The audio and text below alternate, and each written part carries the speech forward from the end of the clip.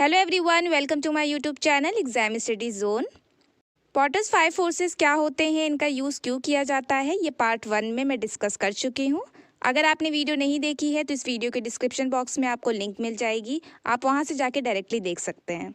तो एक बार यहाँ पे और देख लेते हैं कि पॉटर्स के 5 फोर्सेस कौन कौन से होते हैं। तो ये है पॉटर्स के 5 फोर्सेस, जिनके ज़रिए ये पता लगाना इजी हो जाता है कि कंपनी या इंडस्ट्री वीक है, स्ट्रॉन्ग है, उनका कंपटीशन लेवल कैसा है, उनको प्रॉफिट हो रहा है या लॉस हो रहा है, उनकी प्रॉफिटेबिलिटी कितनी है। ये सारी चीज़ें हम इन पॉटर्स के 5 फोर्सेस के ज़रिए पता लगा सकते हैं। ये सारे कॉम्पिटिटिव फोर्सेस जितना ज़्यादा हाई होंगे उतना ही एक इंडस्ट्री के लिए अच्छा नहीं होगा, यानी कि वो इतना प्रॉफिट नहीं कमा पाएंगे। पर ये सारे कॉम्पिटिटिव फोर्सेस जितना ज़्यादा लो होंगे तो उस केस में एक इंडस्ट्री के लिए बहुत बेनिफिट होता है, वो ज़्यादा से ज़्यादा प्रॉफिट गेन कर सकते हैं। तो जान लेते हैं कि कैसे। तो सबसे पहले बात करते हैं कॉम्पिटिटिव राइवलरी के बारे में। जैसे कि मैंने अभी आपसे कहा था स्टार्टिंग में कि अगर आप किसी भी इंडस्ट्री में एंटर कर रहे हैं, किसी भी मार्केट में एंटर कर रहे हैं जहाँ पर आप न्यू हैं, तो वहाँ पे कंपटीशन कैसा है ये जानना ज़रूरी है। अगर ऑलरेडी कंपटीशन बहुत ज़्यादा हाई है तो उस केस में आपको बहुत ज़्यादा हार्डवर्क करने की ज़रूरत है, स्मार्ट वर्क के साथ हार्डवर्क करने की ज़रूरत है, स्मार्टली काम करने की ज़रूरत है, बहुत ज़्यादा एफर्ट्स लगाने की ज़रूरत है। क्योंकि अगर ऑलरेडी आपके कॉम्पिटिटर्स एक बेस्ट प्रोडक्ट लेकर आए हैं और कस्टमर्स उनसे सेटिस्फाई भी हैं, तो वह आपके प्रोडक्ट को परचेज़ करें। उसके लिए ज़रूरी है कि आपके प्रोडक्ट में कुछ ऐसा होना चाहिए, कुछ ऐसा डिफरेंट होना चाहिए कि कस्टमर्स आपकी तरफ अट्रैक्ट हो सके। कस्टमर्स के पास भी कहीं ना कहीं ये पावर होती है कि अगर आप उन्हें वैसा प्रोडक्ट नहीं देंगे जैसा उनको चाहिए, जिस प्राइस पे चाहिए, जैसे चाहिए, तो वो क्या करते हैं, ईजिली स्विच कर लेते हैं आपके कॉम्पिटिटर्स की तरफ। तो आपका ये जानना ज़रूरी है ना कि जो आपके कॉम्पिटिटर्स हैं उनके प्रोडक्ट्स कैसे हैं, उनकी क्या यूएसपी है, उनके प्रोडक्ट में ऐसी क्या यूनिक फीचर उन्होंने ऐड किया है जिसकी वजह से कस्टमर्स उनके प्रोडक्ट की तरफ, उनके ब्रांड की तरफ अट्रैक्टेड हैं, उन्हीं के प्रोडक्ट को परचेज करते हैं। तो ये सब जानना ज़रूरी होता है, तभी तो आप अपने प्रोडक्ट में कुछ ऐसा यूनिक ला पाएंगे कि कस्टमर्स आपकी तरफ मूव कर सके। तो इसलिए कंपटीशन को समझना, अपने कॉम्पिटिटर्स को समझना बहुत ज़्यादा ज़रूरी होता है। अगर आप ऐसी इंडस्ट्री में एंटर कर रहे हैं या ऐसी इंडस्ट्री में हैं ऑलरेडी जहाँ पे कंपटीशन बहुत ज़्यादा हाई है, तो कंपटीशन ज़्यादा होता है तो कहीं ना कहीं अगर प्रॉफिट की बात करें तो वो ज़्यादा नहीं मिल पाता है। या एक ही तरीके के प्रोडक्ट अगर 10 कंपनीज लेकर आ रही हैं तो उस केस में देखा जाए तो प्रॉफिट इतना नहीं होता। वही अगर एक प्रोडक्ट 1 या 2 कंपनी लेकर आई हैं तो वहाँ पर प्रॉफिट बहुत ज़्यादा हो जाता है। और अगर वो प्रोडक्ट डिमांड में हो और साथ में कंपटीशन भी ज़्यादा हाई ना हो, कुछ कंपनीज ही उन प्रोडक्ट को मैन्युफैक्चर कर रही हो, वहाँ पे भी जो प्रॉफिट होता है वो बहुत ज़्यादा होता है। तो कंपटीशन अगर हाई है, कॉम्पिटिटर्स बहुत ज़्यादा हैं, तो उस केस में प्रॉफिट इतना नहीं हो पाता है। बट अगर कंपटीशन लो है और प्रोडक्ट भी बहुत ज़्यादा यूनिक है, डिमांड में है, तो उस केस में क्या होता है, जो प्रॉफिट होता है वो हाई होता है। अब जैसे कि कंपटीशन लो है, आपको पता है कि आपका प्रोडक्ट बेस्ट है, ऐसा प्रोडक्ट मार्केट में ज़्यादा अवेलेबल है नहीं, क्योंकि कंपटीशन लो है, ज़्यादा कंपनीज उनको मैन्युफैक्चर नहीं कर रही हैं, तो कस्टमर्स के लिए भी क्या होता है, ज़्यादा ऑप्शंस नहीं होते हैं। तो इस केस में आपको ज़्यादा डिस्काउंट देने की ज़रूरत नहीं है, क्योंकि होता है ना ऐसा कि अगर एक ही तरीके के प्रोडक्ट बहुत सारे मार्केट में हो तो हमें डिस्काउंट देखने को मिलता है। क्योंकि जिससे कि जो कस्टमर्स हैं वो हमारे प्रोडक्ट की तरफ, हमारे ब्रांड की तरफ अट्रैक्ट हो सके और उन्हें परचेज़ करें। तो डिस्काउंट हमें काफ़ी टाइप्स के देखने को मिलते हैं। अब अगर बात करें एडवर्टाइजमेंट के रिस्पेक्ट में, अगर कंपटीशन हाई है इसका मतलब ये हो गया कि जो प्रोडक्ट आप मार्केट में लेकर आए हैं वैसे बहुत सारे प्रोडक्ट्स हैं, कस्टमर्स के पास बहुत सारे ऑप्शंस हैं, तो वो आपका ही पर्टिकुलर प्रोडक्ट क्यों खरीदे। तो इसके लिए ज़रूरी है कि आपके कस्टमर्स को पता हो कि जो आप प्रोडक्ट मार्केट में लेकर आए हैं वो कैसा है, उसके फीचर्स कैसे हैं, उसके रिगार्डिंग जो भी इंफॉर्मेशन है वो आपको अपने कस्टमर्स तक पहुंचाना ज़रूरी होता है। तो इसके लिए हम एडवर्टाइजमेंट करते हैं। तो कंपटीशन अगर हाई है तो इस केस में एडवर्टाइजमेंट ज़्यादा करने की ज़रूरत होती है, डिफरेंट टाइप्स के टैक्टिक्स लगाने की ज़रूरत होती है, जिससे कि ज़्यादा से ज़्यादा कस्टमर्स हमारे प्रोडक्ट की तरफ अट्रैक्ट हो सके। वही अगर कंपटीशन लो है और प्रोडक्ट डिमांड में भी है तो हमें पता रहता है कि हाँ, जो प्रोडक्ट है वो डिमांड में है, लोगों को ऐसा प्रोडक्ट चाहिए, कंपटीशन भी लो है, ज़्यादा कंपनीज नहीं है जो कि इस प्रोडक्ट को मैन्युफैक्चर कर रही हैं, तो ज़्यादा एडवर्टाइजमेंट अगर हम ना भी करें तो चलेगा। क्यों? क्योंकि प्रोडक्ट ऑलरेडी डिमांड में है, लोग जानते हैं उस प्रोडक्ट के बारे में, उन्हें उस प्रोडक्ट की ज़रूरत है और मार्केट में ऑप्शंस भी ज़्यादा नहीं है। तो इस अकॉर्डिंग कंपटीशन हाई है, लो है, इसके अकॉर्डिंग हमें एडवर्टाइजमेंट कैसे सेट करना है, किस तरीके से करना है, ये भी ध्यान देना ज़रूरी होता है। तो इस फोर्स के ज़रिए इंडस्ट्री में जो कंपटीशन लेवल है वो हाई है या लो है, इनका क्या इम्पैक्ट पड़ रहा है, तो ये आप इजीली पता लगा सकते हैं, जो कि पता लगाना और पता होना बहुत ज़्यादा ज़रूरी होता है अगर आप प्रॉफिट कमाना चाहते हैं। क्योंकि अगर आपने मार्केट को समझ लिया, अपने कॉम्पिटिटर्स को समझ लिया, अपने कस्टमर्स को समझ लिया, तभी आप ज़्यादा से ज़्यादा प्रॉफिट कमा पाएंगे। अब नेक्स्ट फोर्स के बारे में बात कर लेते हैं, जो कि है बार्गेनिंग पावर ऑफ सप्लायर्स या सप्लायर पावर। तो यहाँ पे बार्गेनिंग पावर ऑफ सप्लायर का मतलब ये हो गया कि कोई भी कंपनी है, वो कोई भी प्रोडक्ट मैन्युफैक्चर कर रही है, तो प्रोडक्ट बनाने के लिए रॉ मटेरियल्स की ज़रूरत होती है। कोई भी प्रोडक्ट हो, चाहे वो इलेक्ट्रॉनिक्स हो या किसी भी टाइप का कोई प्रोडक्ट है, तो उसको मैन्युफैक्चर करने के लिए रॉ मटेरियल्स की ज़रूरत होती है। तो वो रॉ मटेरियल्स वो अपने सप्लायर से परचेज़ करते हैं। तो बात आ जाती है यहाँ पे कि जो सप्लायर्स हैं आपके, उनकी पावर हाई है या लो है। मतलब ये कि जो भी प्रोडक्ट आप बना रहे हैं, उसको बनाने के लिए जिस भी रॉ मटेरियल की ज़रूरत पड़ रही है, वो रॉ मटेरियल्स केवल कुछ पर्टिकुलर सप्लायर्स ही आपको अवेलेबल करवा रहे हैं, या ज़्यादा सप्लायर्स हैं जिनसे कि आप अपने प्रोडक्ट के लिए जो भी रॉ मटेरियल्स की ज़रूरत है वो आप परचेज़ कर सकते हैं।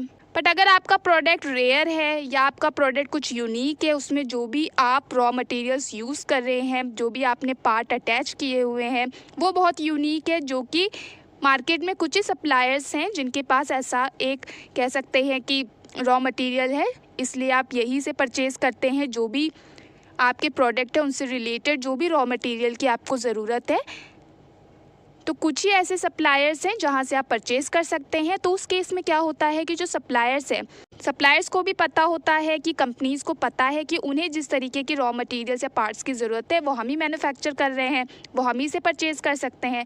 मार्केट में ज़्यादा उनके पास ऑप्शन है नहीं, तो वो क्या कर सकते हैं कि जो भी वो आपको रॉ मटेरियल्स दे रहे हैं उनकी कॉस्ट वो हाई कर सकते हैं, और आपके पास भी कोई ऑप्शन नहीं होता है, क्योंकि आपका प्रोडक्ट आपको मैन्युफैक्चर करना है। आपकी कंपनी अगर ऐसा ही प्रोडक्ट बना रही है जिसके लिए आपको इन पार्ट्स की ज़रूरत पड़ेगी, इन रॉ मटेरियल्स की ज़रूरत पड़ेगी, तो उस केस में आप भी डिपेंड हो जाते हैं अपने सप्लायर्स के ऊपर, और वो अपनी कॉस्ट को कभी भी इंक्रीज़ कर सकते हैं, क्योंकि उन्हें पता है कि आपके पास तो ज़्यादा ऑप्शन है ही नहीं। तो कहीं ना कहीं जो सप्लायर्स होते हैं उनकी बार्गेनिंग पावर क्या हो जाती है, हाई हो जाती है, यानी कि सप्लायर पावर हाई हो जाती है। तो इन सारे केस में क्या होता है कि जो कंपनी की पावर होती है वो लो हो जाती है। मतलब ये कि जितना प्रॉफिट वो कमा सकते हैं, गेन कर सकते हैं, उतना वो नहीं कर पाते हैं। क्यों? क्योंकि एक प्रोडक्ट को बनाने के लिए ही उनकी कॉस्ट बहुत ज़्यादा आ जाती है। उसके बाद जैसे कि हम जानते हैं कि प्रॉफिट के लिए जितनी भी हमारी कॉस्ट लगी हुई है उससे ज़्यादा ही हमें कमाना पड़ता है, तभी तो हमें प्रॉफिट होगा। क्योंकि अगर सप्लायर्स ने जो भी इनपुट आप वहाँ से परचेज़ कर रहे हैं उसकी कॉस्ट को अगर उन्होंने इंक्रीज़ कर दिया, तो उस केस में जो आपका प्रोडक्ट है उसकी भी कॉस्ट इंक्रीज़ हो जाएगी। और अगर मार्केट में कंपटीशन ज़्यादा है, कस्टमर्स के पास ये पावर है कि वो स्विच कर सकते हैं दूसरी तरफ, यानी कि कॉम्पिटिटर्स के लेवल की बात करें तो मार्केट में बहुत ज़्यादा है, तो उस केस में ओवरऑल आपको ही नुकसान हो जाएगा। क्योंकि एक प्रोडक्ट जो कि आपने मैन्युफैक्चर किया, अगर आपके सप्लायर्स की वजह से उस प्रोडक्ट की कॉस्ट आपने इंक्रीज़ की कि आपको प्रॉफिट हो, बट आपका जो प्रोडक्ट है जिस प्राइस पे आप अवेलेबल करवा रहे हैं कस्टमर्स को, वैसा ही प्रोडक्ट अगर मार्केट में कम प्राइस पे आपके कॉम्पिटिटर्स अवेलेबल करवा रहे हैं, तो उस केस में कस्टमर्स क्या होंगे, कॉम्पिटिटर्स की तरफ स्विच कर जाएंगे, तो ओवरऑल आपको लॉस हो जाएगा। अगर मार्केट में फ्यू सप्लायर्स ही अवेलेबल हैं तो सप्लायर्स की जो पावर है, यानी कि बार्गेनिंग पावर है, वो हाई होती है कि वो जब चाहें अपने कॉस्ट को इंक्रीज़ कर सकते हैं, और कॉस्ट के अकॉर्डिंग जो भी इनपुट वो आपको अवेलेबल करवा रहे हैं उसकी क्वालिटी भी वो लो कर सकते हैं, क्योंकि उन्हें पता है कि आपके पास तो कोई ऑप्शन है ही नहीं, आपको यहीं से परचेज़ करना पड़ेगा। तो इस केस में क्या होता है कि सप्लायर्स की बार्गेनिंग पावर हाई होने की वजह से वो मार्केट में रूल करते हैं, और ओवरऑल इसका इम्पैक्ट पड़ता है कंपनी पर, उनकी प्रॉफिटेबिलिटी कम हो जाती है। अगर कोई कंपनी ये चाहे कि हमें ये सप्लायर नहीं चाहिए, हमें इनसे रॉ मटेरियल्स परचेज़ नहीं करने हैं, हम कहीं और चले जाएंगे, बट अगर स्विचिंग कॉस्ट ज़्यादा है, अगर आप स्विच करते हैं एक सप्लायर से दूसरे सप्लायर पे, तो आपको पता है कि आपके लिए बहुत ज़्यादा एक्सपेंसिव हो जाएगा, या ज़्यादा सप्लायर्स हैं नहीं, तो उस केस में आपके पास भी कोई ऑप्शन नहीं रह जाता है, और ओवरऑल जो सप्लायर्स होते हैं उनकी बार्गेनिंग पावर हाई हो जाती है। तो ये इम्पैक्ट पड़ता है कंपनी पर अगर सप्लायर्स की बार्गेनिंग पावर ज़्यादा हो। और एक कंपनी को ज़्यादा प्रॉफिट नहीं हो पाएगा जितना कि वो कर सकते हैं। तो हमने ये समझ लिया कि अगर सप्लायर्स की पावर ज़्यादा है तो एक कंपनी या इंडस्ट्री पर क्या इम्पैक्ट पड़ेगा। सप्लायर्स की पावर अगर ज़्यादा है तो उनके पास ये पावर होगी कि वो जब चाहे अपनी कॉस्ट, जो भी वो इनपुट अवेलेबल करवा रहे हैं कंपनीज़ को, उसकी कॉस्ट को वो जब चाहे इंक्रीज़ कर सकते हैं।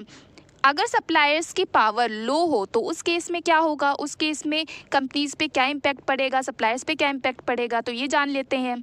अगर सप्लायर पावर लो होगी तो उस केस में क्या होगा कि एक कंपनी के पास ज़्यादा ऑप्शंस होंगे कि वो स्विच कर सके जितने बाकी के मार्केट में सप्लायर्स हैं उनकी तरफ। यानी कि जैसे मैंने पहले कहा कि अगर मार्केट में फ्यू सप्लायर्स हैं तो आपके पास ज़्यादा ऑप्शन नहीं है स्विच करने के लिए, और अगर एक्सपेंसिव आपके लिए हो रहा है अगर आप स्विच करते हैं तो उस केस में आप क्या करते हैं, जो सप्लायर्स हैं उन्हीं से आप रॉ मटेरियल्स को परचेज़ करते हैं।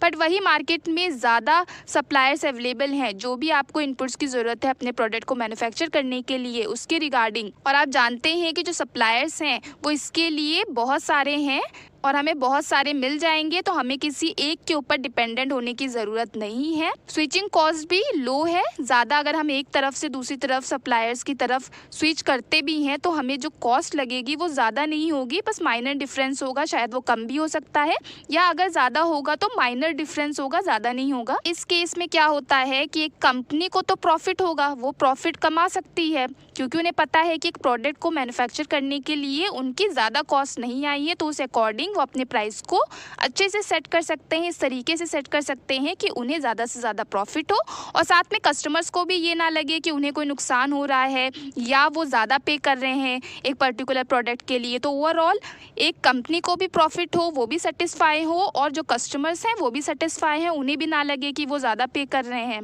और सप्लायर्स के इस केस में जो पावर होता है वो लो हो जाता है, तो वो इनपुट की कॉस्ट को ज़्यादा इंक्रीज़ नहीं कर सकते हैं। जैसे कि अगर पावर हाई है तो उनका जब बनाया जितना चाहा उन्होंने इनपुट कॉस्ट को इंक्रीज़ कर दिया, जो भी रॉ मटेरियल्स वो अवेलेबल करवा रहे हैं उनकी कॉस्ट को इंक्रीज़ कर दिया।